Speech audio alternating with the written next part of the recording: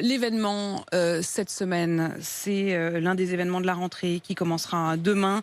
Le procès des attentats de Charlie Hebdo et de l'Hyper-Cacher qui s'ouvre donc demain. 14 accusés qui sont jugés par une cour d'assises spéciale à Paris. Ils sont accusés d'avoir aidé les frères Kouachi et Hamedi Koulibaly. Il y a donc 14 présumés complices sur le banc des accusés. Le procès qui va durer jusqu'au 10 novembre. On se souvient bien sûr de la traque des frères Kouachi qui s'était achevée dans une imprimerie à Dammartin en Goële.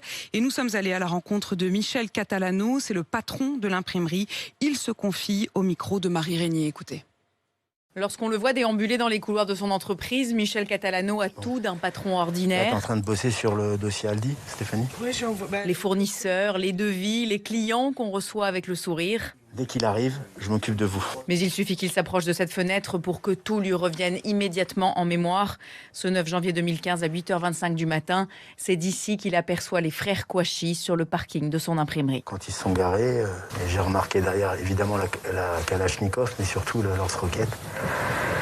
Et sur le moment, j'ai hésité parce qu'ils étaient habillés en noir. Je me suis dit, c'est les gendarmes. Et puis finalement, très vite, j'ai compris que c'était pas les gendarmes. Commence alors son enfer, comme il dit, près de 2 heures en tête-à-tête avec les frères Kouachi, pendant qu'un de ses salariés est caché sous un évier dans une autre pièce.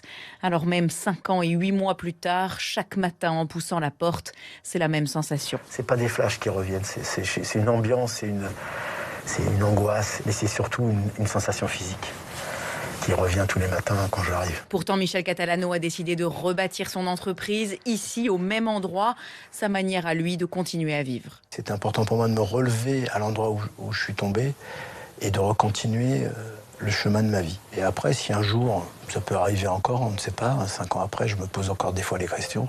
Si un jour je décide de partir, c'est moi qui le décide. Et ça ne sera pas quelqu'un d'autre qui décidera à ma place. Un long parcours de reconstruction et beaucoup de questions qui le hantent encore, dont il espère obtenir des réponses au procès. Je voudrais bien savoir comment ils ont pu arriver ici, comment ils ont pu obtenir des armes, est-ce qu'ils connaissaient les lieux, est-ce qu'ils étaient déjà venus par ici. Enfin voilà, tout un tas de questions comme ça qu'on se pose tout de suite après, parce qu'on se dit pourquoi moi, pourquoi nous. Un peu plus de 2 mois de procès que Michel Catalano aborde sans haine, sans colère, juste avec ses quelques interrogations et son envie de témoigner. Et vous l'entendiez à sa voix, Michel Catalano, encore profondément marqué par cet épisode. Je vous le rappelle.